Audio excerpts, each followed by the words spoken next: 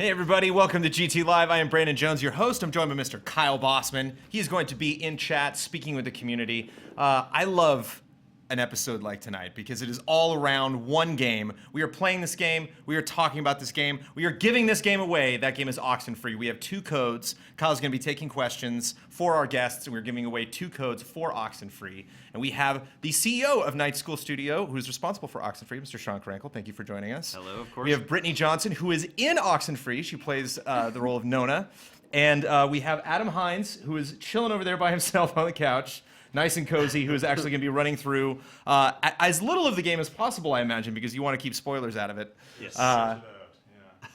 And you are the creative director at Night School. Yes. And congratulations, you guys, on launching the game. Thank you. I'm seeing lots of good buzz around the game. I mean, I reviewed it. My review went up yesterday. I loved it. Awesome. I thought it was really great. It was a very, very haunting game. I think haunting is something that kind of permeates the entire experience. Like the way the characters act is haunting. The way this island looks is very haunting. The music, it kind of really gets in your head, as it goes along. But how has the launch been for you so far? It's been great. Yeah, and the haunting thing is really interesting because like a lot of people, I think, as they look at it on the surface, they sort of think, oh, should he be playing it? Ian. Oh, and we have Ian Hank on the controls. Ian, the volume is loud in the telly. Ian's gonna go turn the volume down. Oh, okay. One thing before we start, actually, I'm taking your questions, and you get those codes by sending questions to @GameTrailers. Correct. And so please give us questions. So you are at Game Trailers in chat right now. Yes, exactly. Kyle is the voice of Game Trailers. Yep. If you throw a good question at him, that is then answered by our guests. You may possibly get a free code for Oxenfree. Cool. Yes, awesome. Oxenfree for free. Haha. Yeah, so I think that's something that's probably been the most surprising thing for a lot of people that had only seen a little bit of the trailers and teasers in advance is just how sort of dark and psychologically weird it gets the further you get into it. And so that's been exciting. That's why I will try to remain pretty spoiler-free today because the first hour or 2 is really just setting up sort of the emotional and social dynamics between all these characters, and then that really leads into the supernatural beings on the island messing with you, and that's all I'll say. So we are GameTrailers.com. I'm obsessed with trailers. I like to get my employees as obsessed as possible. Was that tricky for you in advertising the game, in that you wanted people to understand these characters and you want to tease the supernatural elements, but obviously you don't want to show too much. You don't want to show the entire island, because you are kind of going back to these spots again and again. Was that tricky?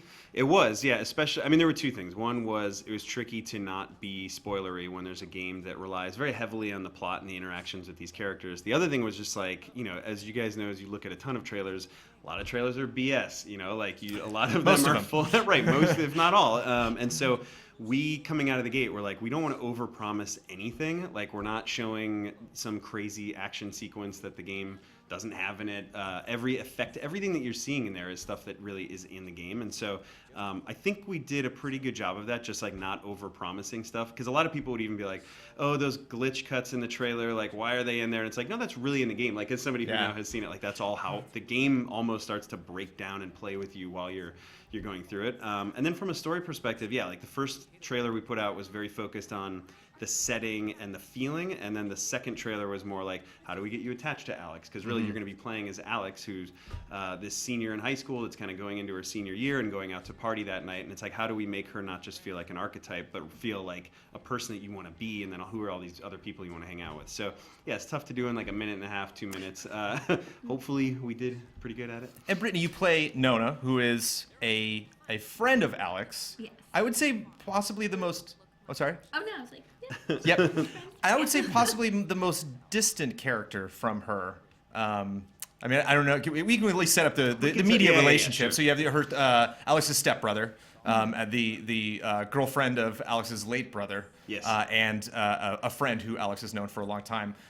Was that kind of intentional to kind of put them at different kind of like distances from Alex, have someone who's really close, a close family member, but not just someone she's only known for, days of weeks or months, and someone that she's known for a really long time, someone she has a really, a female character who she has a really dark history with, a lot of bad blood there potentially, and someone who doesn't necessarily have an opinion. yeah, she comes in the game closer to Clarissa. And then as you play the game, especially if you choose to play with Nona, you get closer to Nona. So you learn more about her story and about her as a character. So I chose to play with you. When I was given the shot, I was like, well, we haven't had a powwow yet. I want to get to know her. Jackasses.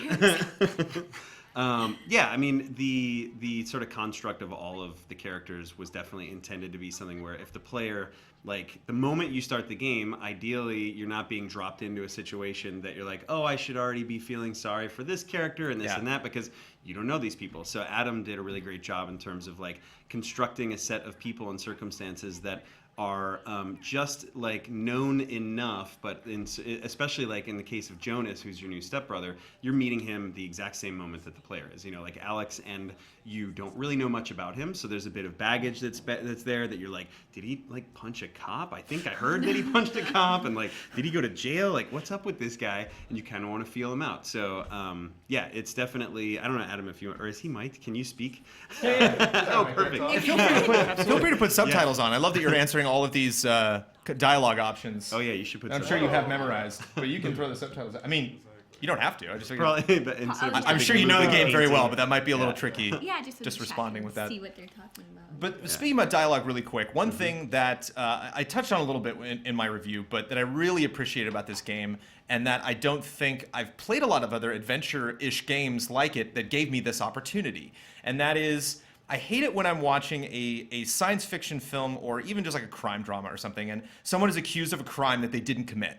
And you know they didn't. You know, you are given that information as a viewer, and you're watching this person be thrown into this really difficult situation, and they're acting crazy. And you're like, calm down. You'll do a much better job professing your innocence if you stop screaming at everybody. You know, and so you kind of lose that character because you're like, I believe in you because you didn't do this, but I would not handle this situation like this at all.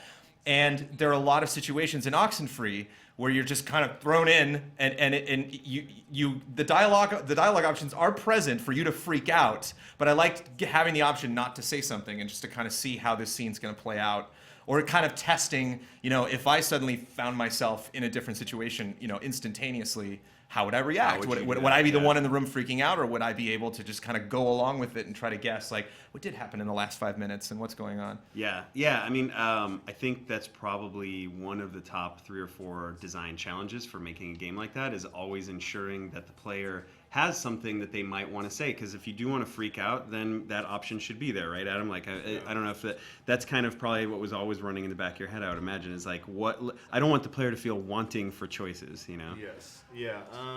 It was definitely just a matter of knowing everything that the player would want to do or want to say, but also keeping it within the realm of what the character of Alex would want to do and want to say. So it's not like you can just pull out a gun and start shooting people. That's not what Alex would ever naturally do, but just kind of giving you a hopefully natural feeling range within her. You know? Well, I noticed that in recording, but I like to play games and I love a good story, and the dialogue in it is like they're things you would actually say. I play a lot of games where I'm like, this doesn't feel right, but I choose this.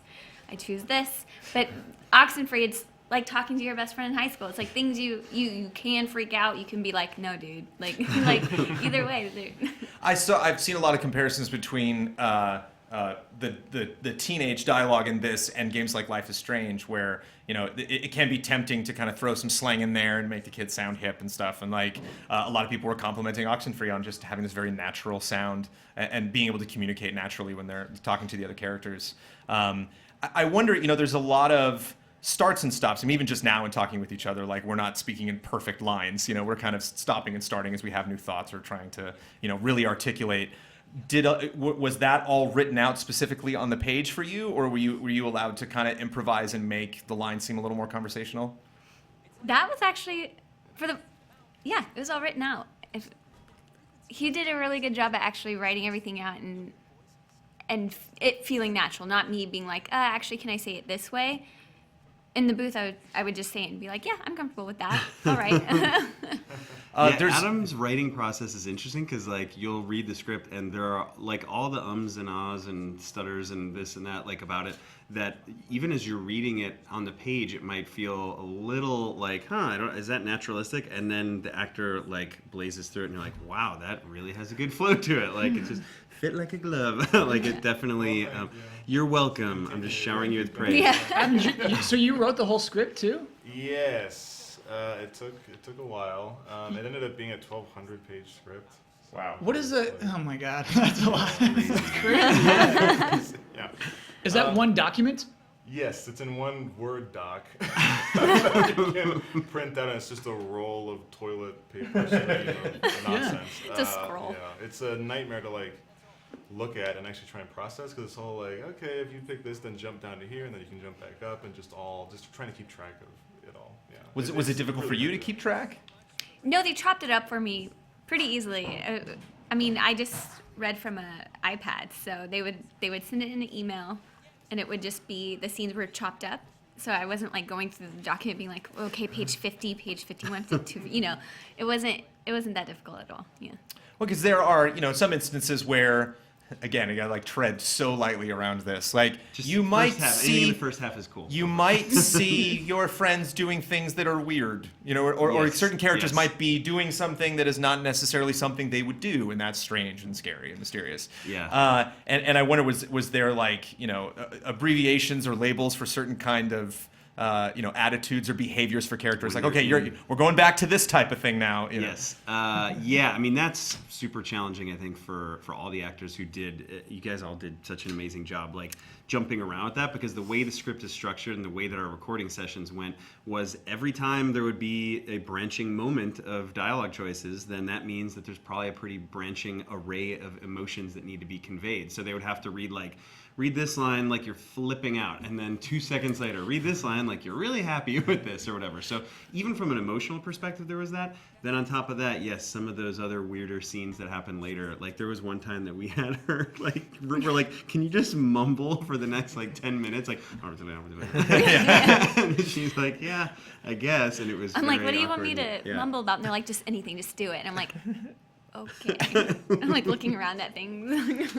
Yeah, I mean, I definitely think that everybody had to get into the groove of being like schizo to try and get through this script, because it's just the way it's structured. Like there's no way to kind of go, okay, here's the really nice way to get through this. It's all kind of every emotion at any given moment in the game. Were there always 5 friends? Was that how long did you since you've rested on that? That's that was like. There was so much of it that came together pretty organically over time in terms of why certain choices were made. Like in the very beginning when we started scoping the game out, it was going to be 4 friends who were potentially individually playable and they had superpowers. Like that was like the very beginning version of the game. And then we also had the supernatural story that we wanted to tell, and we also had the coming of age story that we wanted to tell, and those two things just kept going like, God, it's just at odds with these kids having superpowers and stuff. Like Chronicle is awesome and doing something in that I don't know if you guys have seen Chronicle, right? Like awesome movie. Seen it? Yeah. Kyle hasn't seen it. I haven't seen. No. You should see it. It's great. It's really That's good. what everyone says. Yeah. It's good. It's worth checking out. But that at the same time is like, okay, you're right. We gotta move on with this interview. You know what? Let's No, do it. I'm not. I don't get into it, or the person who wrote it, or anything. We just Oh gotta yeah, I know okay. these stories. Okay. So the that's so great. But that stuff was at odds with the story that we wanted to tell. So it just kept getting closer and closer to then being like, no, we want one character who you play as and who you really care about and who you can, it's a coming of age story where you determine how the protagonist comes of age. And so being set in that scenario, you don't want to play as 4 other characters with, superpowers and stuff. It might be another awesome game, but each of the friends or the other people that are in the story really represent either like a weakness or something of Alex's that is fun to kind of play off of over time. So that's why they're not a bunch of best friends, right? Like they're not all like, we're a gang of homogenized kids who just want to solve weird crime things. Like some of them have beef, some of them have crushes. Like they all have hopefully fairly realistic feeling dynamic. Is it bad for me to start to recast them as the Scooby-Doo gang? Like was Go for that it. there was definitely that point in there where I was like, wait a minute, they all kind of. There's I didn't even think about that. or Ren is Shaggy. Or, Right? no, Ren's Ren's kinda totally Shaggy, Shaggy. Yeah, Ren's totally Shaggy. What were you saying? Really? Course, just kinda got down I think a little bit more. That would Sorry. be Nona. Okay. Yeah, Nona. And Nona is, what's her name? Velma? Yeah, kinda? Nona's definitely Velma. Yeah. Yeah. Ren All is right, like guys. That was the not dog. intentional. You're not Velma, don't worry. But yeah, I think the 5 character thing came about also just from even design choices of like how many characters can we squeeze on screen at once with this camera. Like a lot of the stuff that we did in terms of how you interact with the game all came from this central choice of we want you to be able to walk and talk without ever having cutscenes and interact with the world and explore without ever having cutscenes. So that led us to the dialogue bubbles popping up over their head. That led us to the camera being pulled back pretty far to accommodate multiple characters and to see different paths and stuff. And then we're like, well, you know, we can't stick 20 people. We're not going to go like into a city with our characters, right? So it really all came from maybe more mechanical choices that kind of led to some of the story stuff. I like the colored, all of their dialogue bubbles are colored, so whenever someone's talking, so you are talking right now. Orange.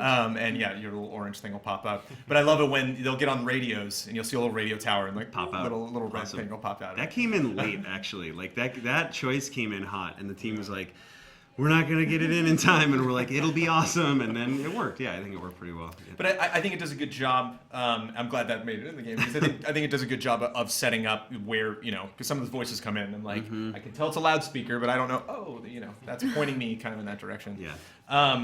So I wonder, Brittany, was there any stress, or did you put stress on Brittany or anyone in the cast? Yes. Because Yeah, all the time. because you know if you have I think if you have you know we were briefly before the show we were talking about Telltale and a lot of the adventure games that they make and you know a lot of that obviously is the excellent performances that have you know been brought to the various franchises they've done, but obviously the animators have a great responsibility of like putting that emotion in their faces, you know, in the case of Game of Thrones, recreating these famous characters and the actors that play them and making that look realistic, where you're very far from all of these people. And so it's really just their voices, I think, not just, but it mostly their voices that are really going to carry a lot of the emotional influence of this story. Was there any pressure there? Like, did you tell the cast, like, it's all on you guys, you know, like, because you're going to be guiding the story. I mean, in a lot of instances, Yeah. scary things will happen. You just have like a little bit of animation I mean, and a whole lot of again, voice. from being a fan of these types of games, like I want it to be believable, you know, and so I wanted the emotions to come out of the character, and I don't know, they were great to work with in the booth because they would be there on the other side being like, okay, we need you to get to this point, we need you to bring it up a notch, or you know, bring it down a notch, and I don't know if I'm allowed to say. There's a part where she has to get really emotional. Oh, right. Yeah, don't say that part. Okay. But Yeah.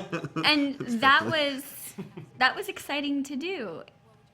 And easier than I thought because like at that point I cared enough about the character and the story that it was easy to get there. But yeah, it wasn't a lot of pressure like don't mess this up. But like the game is on you. Yeah, no. But I put a lot of pressure on myself just because I wanted it to be awesome. Yeah, I think we, and you were awesome. I think that early on we started to talk about it as, because we're not going to be able to cut away to, like, we're not going to be able to use what a lot of either TV shows or what the Telltale games do, where you can cut for emotion. We were like, this is more like a stage play, actually. And, like, you have to do it, everything has to be sort of a little bit larger so that, you know, one, we were always trying to get the actors to, in general, kind of just read their lines a little bit faster, because even though it feels very naturalistic to read at the speed that we all kind of talk to each other right now, once it's in-game and their characters are this big, it's like, it has to have sort of a zip. I don't know. Like, it should just be moving, you know? Yeah. So that was kind of one thing. And then from an animation perspective, too, like, the animations have to be larger than life. Like, if we were to zoom in and see these characters doing these animations now, they would look ridiculous because they're really big, kind of like dramatic sort of movements and stuff. And so there was a lot of stuff we ended up playing with that. Like, one thing was the animation. One thing was, how do we get these performances to be faster and a little bit bigger? And then also, there's a bit of like an echo and a little bit of stuff going on in the sound design to at least imply some separation from the characters, because obviously, like, if this were real life, we look, I don't know, 500 feet away from them right now, so that speaking volume felt initially a little bit too intimate that they had, and so there's stuff going on in the sound design too to hopefully separate that out. So yeah, it's just a lot of stuff that we just massaged over time, and that frankly feels really scary until it all comes together. Like, before it comes together, you're like, oh my god, they're not moving enough. Oh my god, there's no VO in. Oh my god, this sucks. And then, like, it all comes together and you're like, yeah, it's working. So I have a question.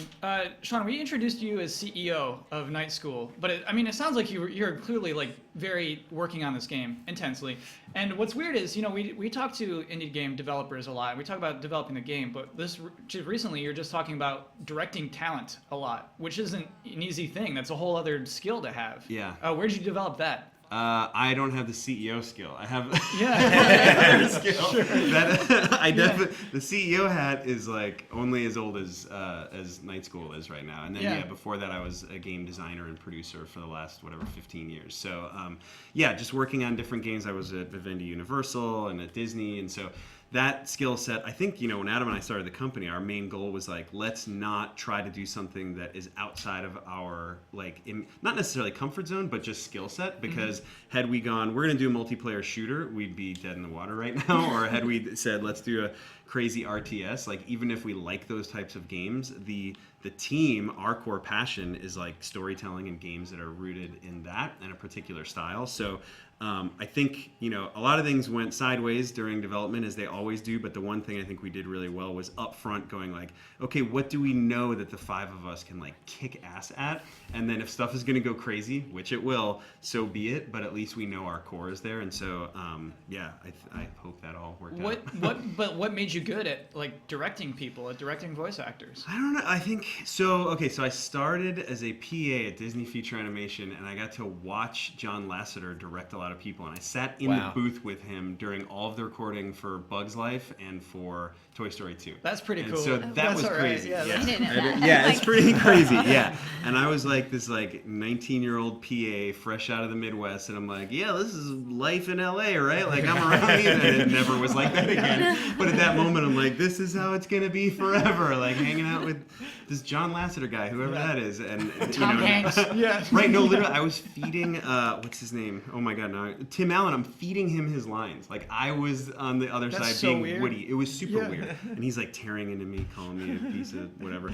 So, anyways, I think. Wait, is that I think true? it's good. That's 100% true. I'm not kidding. He's kind of an interesting dude. He's another person who has a long trail of stories. Were you doing a bad job? Did you deserve it? No, I was just trying. I was just a little I need to hear both sides of the story. I don't know. Yeah, I'm not Get him gonna in here throw next Tim week. Allen Yeah, under the You yeah. guys There's always acting. 3 sets to every story.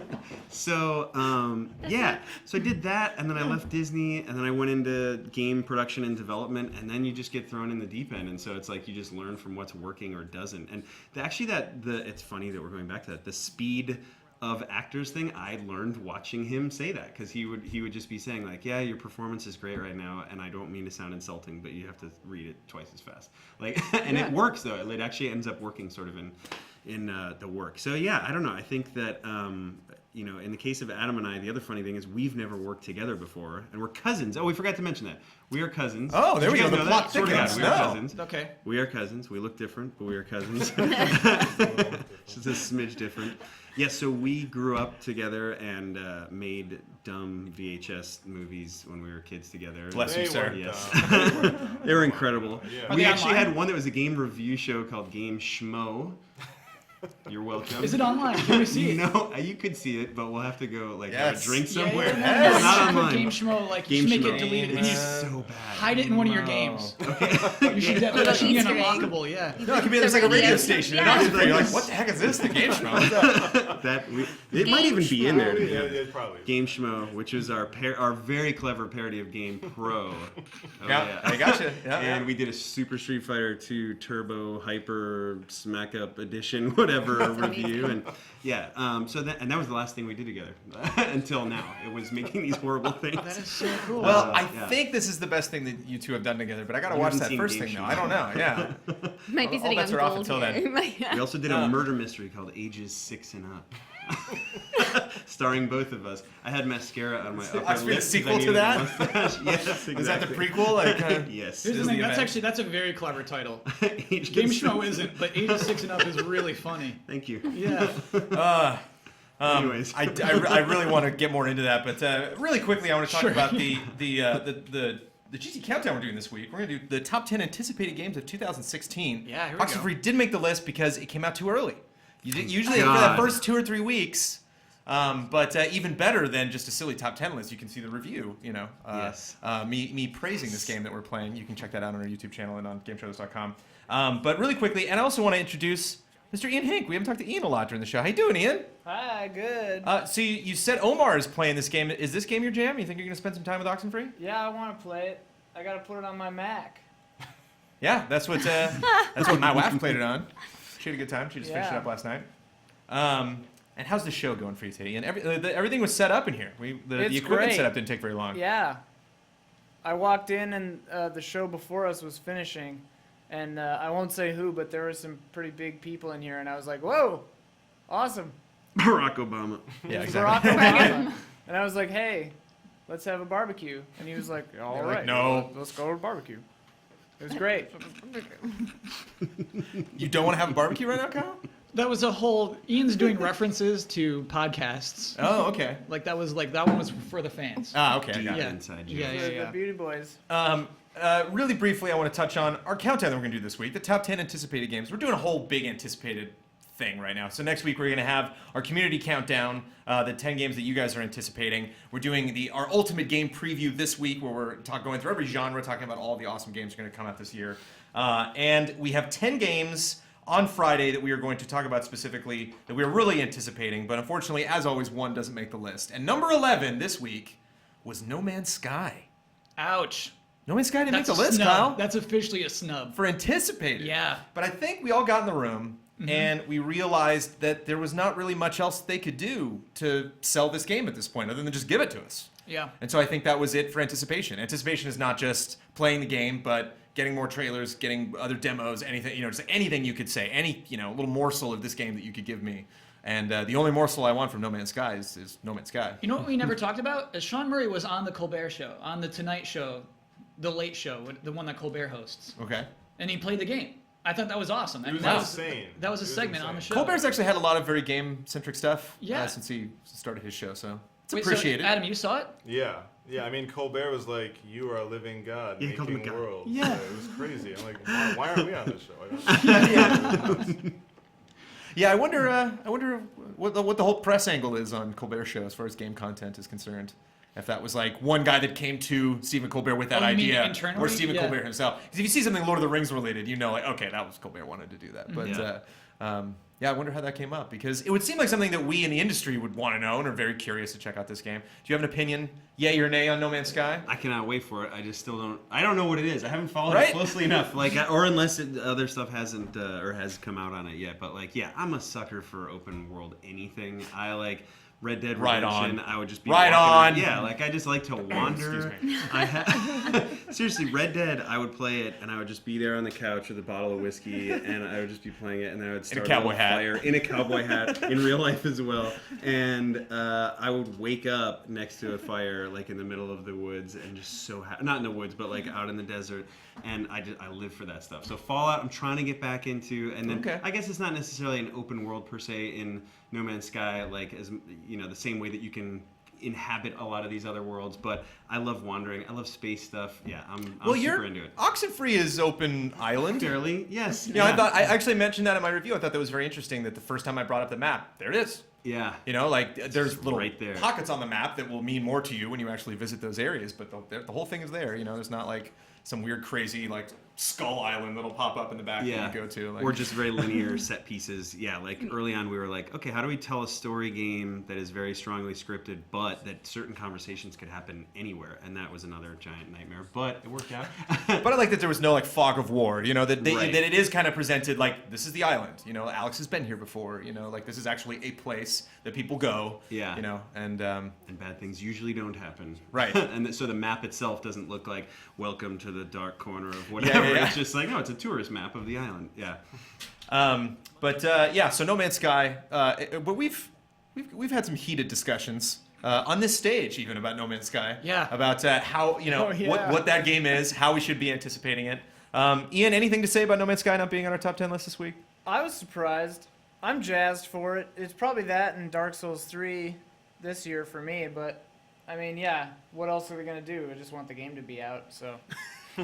Makes sense. Exactly. So there it is. This Friday, top 10 anticipated games of 2016. And also, I'm going to say it now. I'm going to say it again at the end of the show. We have our top 10 community picks that'll be going up the following week. You can go to our forums right now. We'll be putting up a promo for that on Monday. You can also vote in the comments for that video. So you'll get many opportunities to vote on what you want, on what your anticipated games of the year are, because you hate this list, don't you, Kyle? Anticipated. Yeah, I think it's senseless. Because it's ridiculous. And like it's fun, for us to talk about stuff that that we are anticipating, so you can kind of gauge, what our content's going to be like this year. But I think more than anything, we're really curious what you guys think and how our picks line up. It's always kind of fun to compare those. You got something on the tip of your tongue, Kyle. Anything before we go to our trailer? We make videos. We don't make content. All we do is videos. Did I say content? You said content. All we make all year long is videos. There's nothing outside of that. We make the video content. They make the game content. We're all in that jazzy content biz. Very important part happening in the game right now. We're finally getting somewhere. Oh yeah, We're cracking it open. Is a problem. All questions will So be answered. for those who don't know what's going on, the first 20, 30 minutes or so of the game, you are just kind of hanging out on the beach with this this group of people, and you're unearthing some of the background of Alex and her story, and you're setting up some of your relationships in a way that people will either be pretty close to you or not necessarily. And then at one point, you and your new stepbrother decide to hop a fence and make your way back into this cave. And one of the things that we added to the game that we haven't talked about a lot yet, but is the radio, right? And the radio is kind of really the core mechanic that allows you to interact with these supernatural beings and the other side, because we didn't want a game that's just purely, walking around and talking. And so the radio ends up being a thing where on the island, all anybody knows initially is that if you tune in to various stations around the island, you can just hear some weird stuff, like just some weird anomalies and stuff. And then what happens is, in the mouth of this cave, you make your way back. Whoops! And now they've drowned and they're dead. You kind of make your way further and further back into this cave because you're hearing some really weird sounds, and then you carve a giant triangle portal to another dimension. You think into the sky, as one does, as people are known to do. And then you and your new stepbrother get spat out somewhere else on the island. You don't know where the other people are. And so the game very quickly transitions from this sort of like Stand By Me teen friendship thing to, oh, Siri turned on, to oh God, let's not die and we got to get out of here, and what happened. Which will hopefully happen very soon. We will get to in a moment. But right now we're going to cut away to a badass trailer. Kyle, I've said some not kind things about the advertising for Paragon. Sure. Paragon has not had great trailers. Yeah. Some of the last trailers were better than the other ones that they did before, but I'm going to put a badass Paragon trailer out there, because now we're getting somewhere. Okay. This is a gameplay trailer from Paragon called Mid Lane Push, and this is just an I didn't sell it very well. That's not, if I was working at Epic Games, I would not say the name of the trailer that way. Mid Lane Push. But what you are about to see is some actual gameplay of characters going in. It will label what the characters' names are, what the names of the moves that they're doing, and how those work in gameplay. It is a very quick trailer, only 58 seconds, blink and you might miss it, but it is badass. Paragon Mid Lane Push trailer, check it out.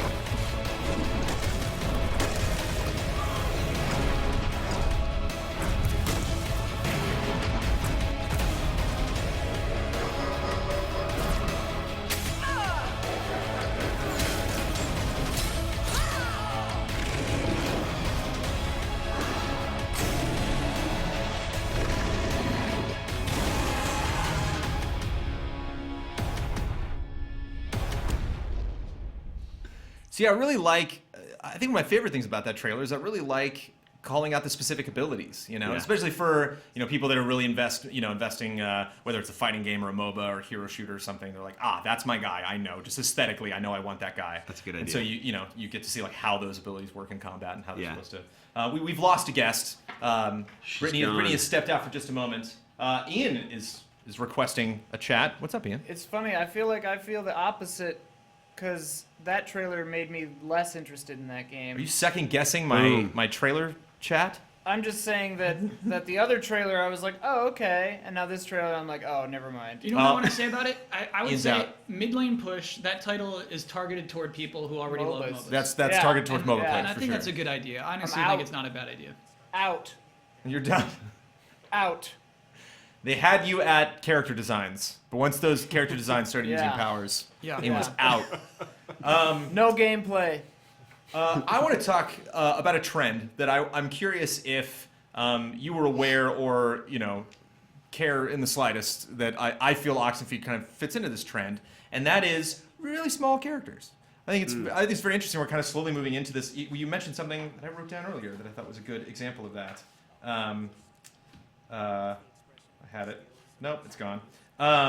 But Jotun was one where you have like a little tiny guy below. I think is a great example. Oh, Sword and Sorcery. Somebody brought that up in chat before the show started, and it's an interesting style, and it took me a little while to adjust to because I'm like, wow, are their lips moving Connect actually in to game? them, right? They do. When they They animate, just- yeah, I think it looked really close, Yeah. but they don't have the facial expressions or anything. Little bits of facial expression. Okay. Very little. Yeah. So I'm sorry. I'll let you finish the question, Well, then I'll answer. Yeah. I just think it's fascinating. The point I made in the review is that it really brings in the atmosphere. That you can really see how isolated they are. When you go into a little cabin and the wall, the fourth wall goes away, you can look inside and see what's going on in there. Yeah. It's neat to not be okay. Now we're inside the comfort of this cabin. You can now see the trees behind it and other things happening, and sets up some really good scares. There's Yeah. some things happening in the corner of the screen. I'm like Awesome. not expecting Yeah. something to pop up over there. But were you have you been observant of other games doing this, or was this something that just naturally fit the style of your game? So only below is really like below for us. Pretty early on, we started to look at it and go, not necessarily that we just wanted small characters, but that it's really effective at feeling cinematic without camera cuts, without what's the language of cinema usually sort of has. And so it was kind of equal parts an efficiency of the size of our team choice and a creative choice, where it was like, how can we make this thing feel big and beautiful and awesome, but only have essentially one artist doing most of the art, like 90% of the art was done by Heather Gross. And so like when you look at, how can you make a game feel big and sweeping and enveloping and make the environment feel scary and at times like inviting and all this stuff, but at the same time not have it be in 3D, then that sort of pushed us in that direction. The other thing was just we wanted to do a game that as we are an indie studio, but we didn't want to fall into a lot of what other indie studios are doing. So like we didn't want to do a lot of pixel art or anything like that, even though we're fans of that and love how that stuff looks.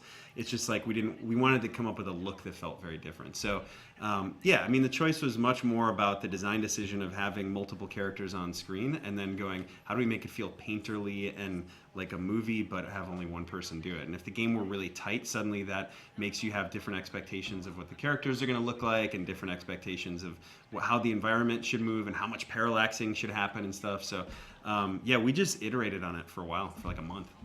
Again, is this something that you think really fits, being on this island, having this many central characters to the story, or is this something, how did it go, basically, going with this style? Is this something you might see, the studio continuing on into other games that you make? Or is it just like, okay, that distant thing with the 5 people, that was fun, a fun experiment for this, and now we'll finally get to make our, multiplayer shooter or whatever. Yeah, I think our lead engineer, after all the work that he did, would love for us to do practically the exact same game again. Not the same size, but like there's a lot of custom stuff he made for this game. No, I think for us, like, we're very happy with the decisions that we made, but the next game could be totally different. Like I think there's elements of the decision or the conversation system and a lot of the systems that are sitting underneath it that will probably end up making their way into another game of ours. But I think we just want to make the right decision for like mechanically what makes sense for the next one. Like the tiny character thing is very much specific to this and specific to this story and specific to making Edwards Island feel like, this real place that you could go visit. One thing that I liked, because I'm a fan of puppetry, is I felt that giving so much distance and being able to look at the entire scene and where all the characters were standing, and like you're saying, having no cutscenes ever, like really physically being present in all of the conversations, even just kind of like turning Alex from like looking at one person to the other, I felt like it was very rewarding for me. You know, Yeah. like they take photos in some instances, you know, throughout the story, and you know, it was like I even watched like my wife doing it when she was playing it, like obsessively, like, okay, wait, I'm gonna stand right Yeah. over here, and like it actually doesn't matter, like when you see the photo, like it's not you know, based on where the characters are Specifically, standing at the time. But it is kind of funny where you get in and you really feel, at least I did, I felt like I was really controlling Alex in how she would react, like when she would choose to turn away and walk away from people, like towards the objective, or, you know, like I said, like who she would be facing when she was talking.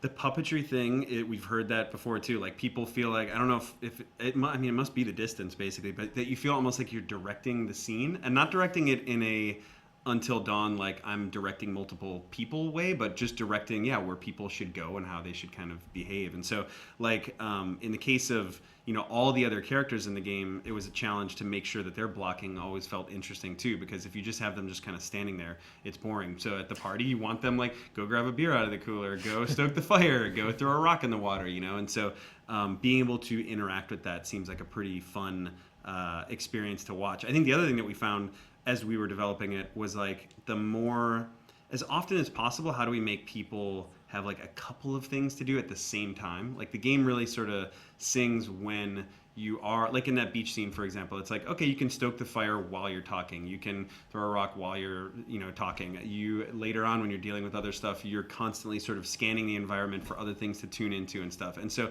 neither, you know, talking or those objectives that I'm talking about are the hardest things in the world. They're certainly not. But when they're together, it's like, I can walk and chew gum at the same time or whatever, you know, like it's just like a couple of sort of basic interactions working together always seems fun.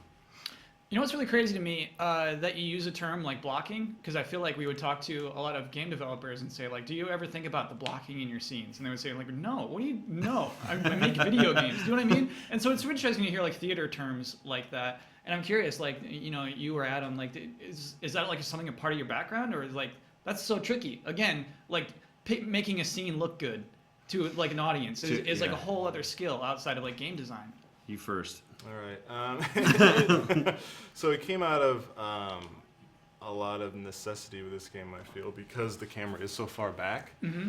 And it could get kind of dull just watching this very static shot, or when the camera would just kind of very gracefully just follow the characters along and go exactly where they're going. And we were like, God, why aren't these scenes really working well? But when you would just add in these little touches of having the characters stand in different places and have them have their own little ecosystems of things that they want to do apart from what you were trying to do. And then on top of that, adding in just small little camera moves and having the camera maybe stick to particular axes instead of just being like a one-to-one with you, just made it feel more alive and more directed, I guess. But like your past, I think you were also asking, like in your past, what gave you that skill set to understand blocking prior to this game? Nothing. Yeah. Really? At all. It's just like when you're doing it, it's just kind of like makes sense suddenly. Like, oh, I should put this. It person was a here, and then lot things like of playing it and seeing what we wanted to do. I mean, Yeah. the only other thing in my past, I just made a big comic book, so I was just kind of used to seeing things in little squares. How to frame. And kind of making Yeah. it, just having a design sense in that way. that. You should plug it. What's your comic book? Duncan the Wonder Dog. It's a big 400-page graphic novel about why animals are cool. So if you're interested in that, check it dark out. and interesting, and he's downplaying everything. I'm just gonna answer for him. I'll be Okay, your go headman. This dude made an extraordinary graphic novel that it's extremely cinematic when you look at it. It feels like you are poring over a giant trilogy, and it's also like really like in Duncan the Wonder Dog, the whole conceit is like, what if animals understood and could communicate that we do? So the way that we do. So it's like, okay. And it's not silly, right? It's like, no, there's the cows waiting to be slaughtered, not being happy about it. And there's like monkey terrorist organizations, and like it gets pretty crazy. And so it's a really serious book that came out, 2-3 years ago. And it's visually beautiful. And so, and like he's a giant movie fan, any like super movie database up in his head. And then I went to film school. So I think there's like, there's just it's sort of in our DNA, and it's not specifically anything that we have like exercised that muscle as heavily as we have on this game now, especially because again there's elements of that visual language that we kind of handcuffed ourselves to not be able to do. Like we can't cut, we can't do certain things, so we have to make sure that these shots feel a certain way. But, it's kind of hard to make it scary when the characters are this big and you can't cut, So we did a lot of what you're talking about, like play with stuff in the corner or bring in vignettes that, like, might not naturally be happening in the world, but that do darken the rest of the scene for the characters and for the Or players. really loud noises. There's a lot of that good Works. stuff, too. It does, yeah. Bam! I think it's time to get into community questions. Great. Okay. You got enough, Kyle? Oh yeah, we got You locked and loaded? I'm stressed because of how many good questions. I'll cut we you got. off. Lots of really great. Okay, absolutely. Brittany, our first question is for you. This is from Impact 93.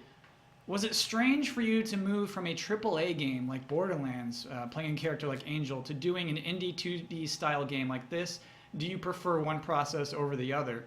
Oh, and be honest. Yeah. Yeah. Brutally honest. I guess we just want to know what's the difference. What is it like? Different? Like, how are those two This- projects different? I had a very unique experience with Borderlands, just because they plucked me from when I was really young and in school, and I worked with them every day developing Angel for about a month before we actually filmed. Whoa. And that doesn't usually happen in AAA games at all. Like you just get hired, you go to the booth, then they're done with you. So I would have to say this has been more intimate. I've liked seeing the process of an indie game like this and being a part of it and really being able to see the struggles and the hurdles that they have to go through and having a closer relationship with them than a big studio where it's a bureaucracy and you can't really you're like, hey guys, I'm here, and they're like, yeah, all right. So I guess, both are really cool to work on, but indie games have been a little bit more intimate. Yeah. Absolutely. If intimacy is your thing. Yeah. Whoever asked that question, just put that into reference. Yeah. Intimacy. If you seek intimacy, go to indie games. Okay, we have another question. Were you ever afraid the game might not do as well? Oh, okay, so this is a tough question. Here we go. This is from Mickey's Advocate. I like that name. Were you ever afraid the game might not do as well as you would hope due to oversaturation of story-heavy games like Life is Strange or anything by Telltale? Yes. You're like, But that's oh my gone, gosh, right? we That's- work it out there? Well, yeah, so we weren't really scared of it. We were more inspired by it because there's not really a ton of them. And the ones that are out there are doing it pretty similarly to each other. So we just kind of went, the two things that we wanted to do was go, one, okay, there is a market clearly for it. And those games that just got brought up are both executed well and have done well in the market. But at the same time, that's not the only way to skin the cat of story games, like there's a lot of other ways to approach it. And so I think the first thing that we wanted to do was go, okay, how do we mechanically change it so it's not just like subtitles at the bottom of the screen, you're going through menus and like find a way to embed communication into the actual core mechanic to make us feel as different as possible. And the other thing was just telling a story that was like exactly the type of story that we wanted to tell and that we cared about, because from the day that we started working on the story, we were like, let's make something that's not reactive to the rest of the industry. Like, let's not be scared of it, and let's just go in on a specific type of story that we would want to tell. So I think it was less scared of it. We were aware of it. And when, so Life is Strange got announced when we were like maybe a quarter of the way into development, and it was like, here's a game about a girl in the Pacific Northwest with blue hair, and we're like, God damn it. Like, are you kidding me? And we actually intentionally stayed, we haven't played it because we were like, it's gonna taint how we approach our game, and now we're gonna go play it. But from what we've heard from people, they're such different They're games very that different it's like, games, okay, yeah. You can So- appreciate, but you can even play one and then immediately go into the other and appreciate they them for can totally different coexist. things. Okay, yeah. So yeah, we're just more scared of like, is the game going to do well at all? Because it's 5 of us, and we really want to keep this going, and we're really passionate about what we're doing, and so that was more of it. But I think we were like inspired by the fact that those guys are continuing to do well. So I have a even like harder question that's technically involved with this one. Here we go. This is from the Hashtagonist. Does the constant Great name, by the way. Sorry. Hashtagonist? Yeah, it is a good name. Does the constant expectation of Steam sales influence your pricing model? And do you feel these sales put too much pressure on developers to drop their prices too soon, potentially reducing revenue they need to sustain themselves? Yes. Yeah. That's a very good question. Yeah, like reacting to all of the changes that are happening in players' expectations of what they buy and how much it should cost and all these things and at what point you should do sales and things like that. Yeah, it's very hard. And like in our gut, the ideal scenario is not to be continually reacting to all of that and to just go like, here's the price, here it's what it's going to cost in a year, it's what it's going to cost in 2 years, maybe catch it on sale. So yeah, it's a little bit scary. I think that because we're on other platforms too, that even makes it more challenging because it's like there's different price point expectations on one versus another versus like if we were to let's say we tried to bring it out on mobile right now, there's no way you're putting out a $20 game on mobile and it's doing well. So like, yes, the answer to that is yes. And how do we deal with it? We're just making it up as we go right now. Like we are, and not just like foolishly, but yeah, we are trying to make the right decisions for when and how, if we ever do adjust the price and do sales and stuff. But it's not in the foreseeable future. Like I think we've made I don't know countless decisions on this game that we're just like we got to make that call and we're going to live with it and go forward. So I don't feel bad about any of the decisions we've made so far, and I hope we continue to do it the right way. Cool. Thank you for a blunt answer to a tricky question. Next is from Tall Guy Alec. What was the first game you played that story brought a legitimately emotional reaction from you? That's good. That's a Adam, good you question. first. Let's get emotional, Adam. Yeah. He's just sobbing. Yeah. Super Mario 2! Super Mario when it was all a dream. Probably Final Fantasy Tactics, I would say, is the first game. I really love how convoluted and complex that story was and how insane it got. And and I really got into the characters and this history of it. And I would say that's the first one. Ian, you're a Tactics fan. Love it. You love them Tactics. Did it make you cry? emotional? Yeah, mostly I would just grind to max out my calculator and cheat through the game. So, Oh, good. but yeah, I love it. Brittany, you. Yeah.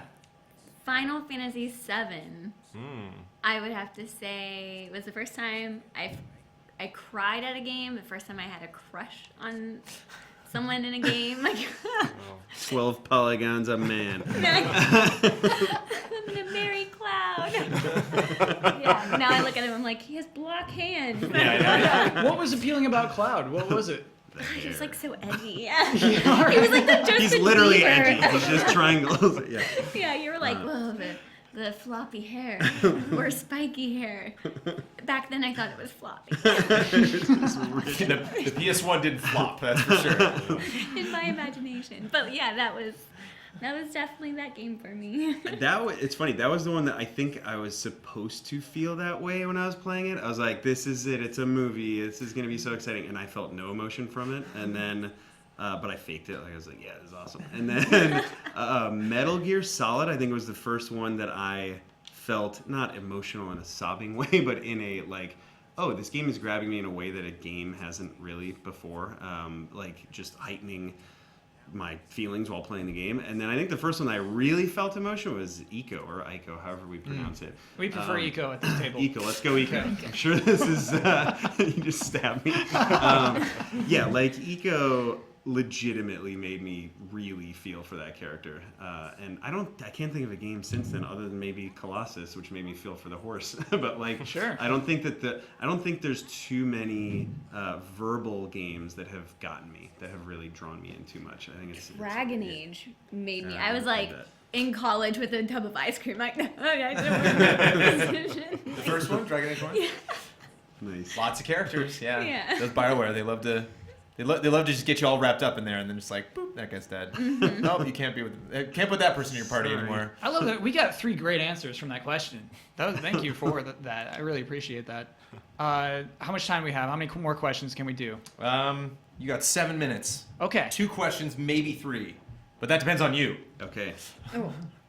The talker. I'll shut up now. Okay. Hunter Jawa. So this one's for Adam. Here we go. Oxenfree has been praised for writing teenage characters realistically and intelligently in a way that other games seem to struggle with. Why do you think that games have such a hard time portraying teen characters? And what was your approach to this challenge? So, I obviously can't speak for anyone else who's ever tried to write teen games, but my guess would be that it's because they're trying to approximate the mimetic nature of how a teenager talks. So trying to get in like weird slang that maybe someone my age wouldn't understand, or just trying to make them feel youthful and kind of in substantial ways. And when I wrote it, I cheated and didn't write them as teenagers at all. I just wrote them as people, and hopefully they were complicated and complex and interesting. And I did never really think of them as teens. I just always thought of them as guys and gals. So I think that's like a huge writing tip. You know what I mean? That's an incredible thing to say. I just wrote them as people. Yeah. Mm-hmm. So yeah. Well, I really liked that, there's a lot of like supernatural or sci-fi films that I'll see, and something weird will happen, and like all the characters just kind of like go along with it, and I'm just like, no one's gonna comment on that. Like nobody in the room's gonna be like, that's weird that happened. And I liked a lot of that was in this game. I felt the reactions were very honest when things would happen, and that you were given those options as Alex too to say those, like, okay, something, I don't know, you guys didn't recognize it, but something weird just happened. Right. This next question, it's something that our audience in particular is very sensitive to. This comes from the Banana Forklift Killer. How much goo is in this game? Is it blood? Just goo. How much Just goo is in the game? The Ectoplasm. Nickelodeon Is there any slime. ectoplasm? There isn't, I don't think. I Okay. don't think there's any goo. It depends. Actually, there's some reflective surfaces that are that Of a liquid nature. are very odd, as you've seen in the game. So could that qualify as goo? Like We that don't know what little- triggers these goo people. We don't know what sets them off, but it sounds like it's going to be safe. There's Yeah. goo. There's a little bit of goo. Okay, there's a little bit of No, there's no goo. There's no goo. Do you want goo? There's goo. If not, there's no goo. Okay, Text engineer. Put Tomorrow, goo yeah. in. Goo Oxenfree now. gets a 2 Content gig goo update. Yeah. That's disgusting. next question. This comes from Joetown17. This is our juicy question. I read on the Oxenfree Wikipedia page that Robert Kirkman is planning to help adapt Oxenfree into a film and a web series. First of all, holy crap, Robert Kirkman. Second of all, is this true? If so, how did this come to be? It is true. It is exciting. It's crazy. We announced it last week. 2 weeks ago. We're partnering with Skybound, which is Robert Kirkman's company, and the thought is really for us to work with them as on the game front. They'll sort of help market the game, and they'll get it out there and promote it and communicate it in fashions that we wouldn't otherwise be able to. And they're this very creator-driven studio, obviously with Kirkman's work and a lot of the other comics that they've been doing. And so they looked at us and went, okay, we had talked to a bunch of different game publishers and didn't really need that or necessarily want that. But Skybound was like, how do we amplify everything that you guys are already doing it and in sort of the best, most natural way possible? So one, it's help us out with the game, but then the other part that's extra ridiculously exciting is, we're in the early stages of developing the film for Oxenfree as well as some merchandise. So it's crazy. That is it's really like a crazy. dream come true. Yeah, it's incredible. Especially because they're not looking to just sort of like take it and work on it and spit it back out as something else. Like, we are all collaborating ever since this deal started. We are all very natural collaborators. So it's great. It feels exciting. But your game is just barely out. Like, how did that all happen? So it started, apparently, Kirkman saw the trailer, the first trailer that we did. And I know the president over there. I had known him before of their interactive group. And we had talked for a while. But then he hits me up. He's like, hey, Robert saw this trailer for this thing that you guys are working on, and he's like, this looks awesome. Do you know these people? And he's like, yeah, I know Krankle. Yeah, I'll reach out to him. And so we've been talking for months about it since then, just about they knew very deeply what the story was and the gameplay mechanics, and even we signed this thing way before the game came out. So it's a good vote of confidence and faith from them as well. But That's the power of a trailer. Your Exactly. trailer really showed your game off, and that was enough to give that person that impression. It was pretty crazy. It's super exciting. It's what I've been telling you for years, Kyle. The power of the trailer. It's so important. No, he saw it on a horror site too, not even through game stuff. I think it was Dread Central or Probably. maybe, I don't know where it was specifically, but what They did you think I said? He saw it on a horror site. You really got to pronounce it. Yes, Horror. Yes, which one of those? But so it's just on some blog that's just like, you might be into this game if you're into this kind of. That's so crazy. He saw the trailer. It was getting a good amount of buzz from the first trailer, and the first trailer was very it just was pretty obscure and kind of hinted at certain things. And so I think the two things were, one, he loved the vibe of it, and two, he saw how we were handling the dialogue system. And obviously he has a long-lasting, strong relationship like with Telltale, so he's familiar with how to handle dialogue. And he's like, oh, that's an interesting new take on it. And so that was what kicked it off like 6 months ago. We do a show called Trailer Score where we score trailers. We scored the debut of Oxenfree. We were like, and We hugging. saw, and yeah. Wait, were you honestly? You I saw swear to it? God, this is not No, we sarcastic. did. No, this is we- the first. we I'm sorry. I don't mean to cut watched you off. it, Go yeah. ahead. No, screw it. I have No, to say. we Go were on, so go on. excited that you guys saw it and reviewed it well, and I can't forget who said it was the trailer of the week. There were. She That was might have like been our. two That might have out been of our. three. Yeah, that might have been our badass trailer of the week. I think. It was, yeah. Yeah, Um, because that Yeah. was a show I that can't- Somebody was watched. like, eh. Oh, I maybe hope you. it wasn't me. I hope it wasn't me. I honestly can't remember. But we were up against like It was Assassin's, like Assassin's Creed Creed was 19 one of the and trailers. like it looked ridiculous. Cool. Yeah. But yeah, I think more than anything, it seemed like something different. It seemed like something unique. And I think that's why I wanted to grab these guys and bring them in the room and be like, what do you think of this? I think this is pretty cool. yeah. I think we're going to have to wrap up the show. Although Can I get in one question? One more, real really quick. Okay, this comes from Defeater Eater. This is a very important question. Do you like Paper Mario and the Thousand-Year Door? Is that the end of the question? I like it enough. What does that mean? Meaning, it's worthy of being a Mario game, I think. But But it's not great, I don't think. as a writer, what do you see wrong with Paper Mario and the Thousand-Year Door? Nothing as a writer. I don't know. I honestly, I haven't played it in so long that I can't even remember. But I remember being like, it was pretty good. It was good enough, but not great. Wait, which Paper Mario is that? It's not the first Paper It's the Mario. GameCube right? one. It's the Yeah. GameCube one. Okay. Yeah. I definitely bought that. I definitely played through half of it. There's a and train definitely just level. stopped. There's the wrestling. You're like in a wrestling ring. Yes, there's a lot of I don't remember stuff that going at all. Yeah. I skipped the GameCube phase. All of the Oh. games. You skipped the GameCube. I just kind of stuck with Nintendo 64 and PlayStations my whole life. Nintendo writers are actually awesome. Like the fact that they're or the English translations. I have Oh, no idea if Treehouse. in Yeah, Japan yeah, it's yeah. horrible, but yeah, like it's just horrible there, and then it comes over here. It's amazing. Yeah, they're great. Cool. Writing wise. That's a very assertive answer. I like it. A very clear absolutely. Yeah. Thousand-Year Door. It's an important issue. Everyone in chat really cares about this. I'm going to talk really quickly about stuff that's coming up on Game Trailers this week. If y'all have the time to watch it, we're going to be playing Monopoly tomorrow. Yes. Monopoly is on PlayStation 4. Is it on Xbox One as well? Is it on PC and everything? I gotta assume so. I gotta assume that's not a big exclusive. But this is we're not like breaking out the pieces like on a board. This is like the next gen. This is as advanced as Monopoly can get. We streamed a couple times. People wanted more. We're gonna be playing that again tomorrow.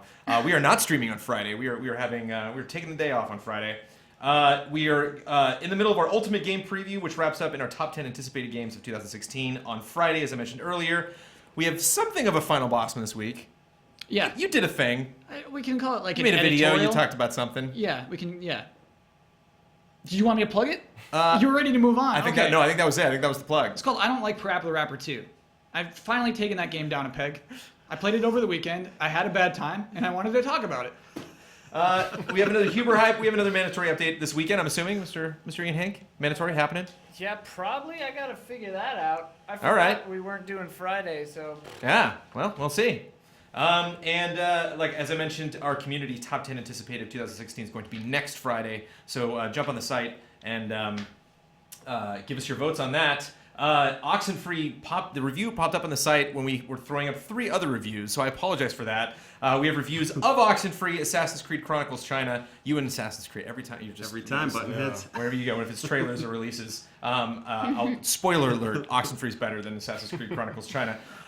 Resident Evil 0 HD and Sorry, Dragon's Dogma Stone. Dark Arisen. Those reviews just recently went up on our YouTube channel and at GameTrailers.com. You Can I check plug them out. something real quick? Go for it. Tomorrow at 3 p.m. Pacific time, I'm going to be guesting on a Dungeons & Dragons regular podcast that Jash does. Jash is that YouTube channel. So they're starting a whole initiative called Jash Play. We're going to host it on this Twitch channel. So tomorrow at 3 p.m. you can come here and we'll direct you there to see me play Dungeons & Dragons with some Yeah, don't screw that up. people. Ian's got a plug. can I plug something? Yeah. Wow. Next week, do we know which day yet, Kyle? Monday? Yes, dude. We'll do that Monday. Yes. Okay. So Monday, I've been making a little RPG for no reason, and we're gonna stream it. I'm gonna have Ben or Barad or somebody stream it, and then we're just gonna give it away to you for free. You can just have it, because whatever. Wait, did you say That's a good business model, Did right? you say the word Yeah. RPG Okay. Maker yet? RPG Maker MV. Yeah. Okay. It's probably full of bugs, but it's free, so whatever. But you can have it. You can have it. You That's have to right. have That's it. when you give away QA. something for free. Yeah. Yeah. When you can't fix those bugs, you're like, we should reconsider our taking pricing them. model. We need more plugs. What do you Plugs. guys? What do you plug? guys plug? There's some game out. It's called Assassin's Creed. Please go buy it. No, go buy our game. So yeah, if you want to learn more about Oxenfree, you could go to oxenfreegame.com. So we're out on Xbox and PC and Mac right now in the Steam store. Windows 10 very soon, right around the corner. If you want to follow us on social, we're at Night Schoolers, Night Schoolers. And then I'm at Sean Krankel, SeanKrankel. Oh, I'm on Twitter. Oh my gosh. Okay. You have to spell it right though. At Brittany Johnson, BRITANI. Is that correct? That's so right. got it. Keep it up for long. He snuck it You away. didn't put it up for like 1 second. Oh. You have no idea we don't how need to- often that gets messed up. So often. To So be I don't fair, even I like. just I'm like, copied oh. it from Brandon's email. Yeah. Okay. Oh, I did it right. so don't Yeah. even need to spell. I- Perfect. I do not have a perfect track record when it comes to spelling people's names correctly on No, the show. you do so not. I've No, got it you right. do not. Yeah. What about that guy? Anything you're gonna plug, sir? Oxenfree. Yeah. It's what's cool right now. Get it, everybody. So what's cool right now? Yeah, that's about it. It's on fleek. That's not in the game, thank God. Yeah. I No. will say that. Yeah. I think that's it. I think that's that Teenage good teenage writing that they're talking about. There's none of that. Were there any moments where Adam wrote something and you were like, "No, dude"? Oh yeah. Oh, yeah. Okay. Oh yeah. All right. But really A fast. lot. Do we have 30 seconds? Yes, 10 we totally seconds? do. Okay. Yes, of course. He always has these references to things that are from like 1930. So he has the opposite issue of teenage Yeah. writing. There And was like one everybody says box social, right? A little party. scene. No, there was a scene where we were working with Erin Yvette, who plays Alex in the game, and we're Skype directing her over Skype, and we're sitting there, and she's like, okay, so I'm excited. I won something, like I won a round of Truth or Slap, and I'm supposed to say shoe money tonight. What is that? And Adam's like, shoe money tonight. And we're like, the hell are you talking That always about? works good. Shoe money That always tonight. works good in direction. Just repeating the line. What are You know. stupid shoe money tonight? And then I'm Wikipediaing, and it's like shoe money tonight, 1932. Yeah, cha cha. And I'm like, who would say this? Nobody would say this. So there's a few of those lines in there. There's enough lines that they got in. Yeah, so it's fine. But that's Oh it. my No, God. it's all still incredible writing. Yeah. He's an incredible It's cousin just and a 10% great of the scribe. lines. Yeah. Well, I didn't get any shoe money. I lost Truth or Slap big time. I lost that immediately. Did you get slapped? Oh, I got Did Carissa slapped. slap you? Oh yeah. Yeah. Oh, I got slapped. When she I'll never asked. forget it. So there's actual stakes to that. It's Yeah. a mini game even. Yes. Cool. And That it game really actually- wanted me to hit all of Clarissa, those I'm telling things you. lead up to stuff later, even Truth or Slap. It's ridiculous. Very yeah. cool. It's ridiculous, everybody. Oxenfree, you can check it out now. It came out last week. You can watch the review on Game Trailers, and you can check the game on Xbox, PC, and Mac. Thank you for coming by. It was really, I think this is the first time ever actually on the show that we've had a developer and a voice actor from the game. Thank And that's you. it really is a treat. It's really nice to get your perspective, and you've been wonderful. Thank you so much. Thank you for playing the game. Of course. My pleasure. How are you? Were you just being casual the whole time? Were you trying to hustle through it? I wanted to hustle to this specific part. Okay, so we haven't gotten to spoilers yet. So we've been in the clear. Yeah. Okay. This is like the perfect time to stop. It was just scary and weird, and now we're good. Well, if you guys are going into the weekend, if you we were saying 4 hours minimum. Yeah. So if you get home from 4 to work 6 and hours. sit down at 7 or 8, you can It's maybe like- yeah, possibly it's fire good. through it in one night. Yep. And the game takes place largely at night. So it is a good creepy game to play well into the evening. So Yes. hope you guys enjoy it. Thank you guys so much for coming by, and best of luck. Thank on you watching again. the game. Thank you. And we'll see you guys next week. Take care.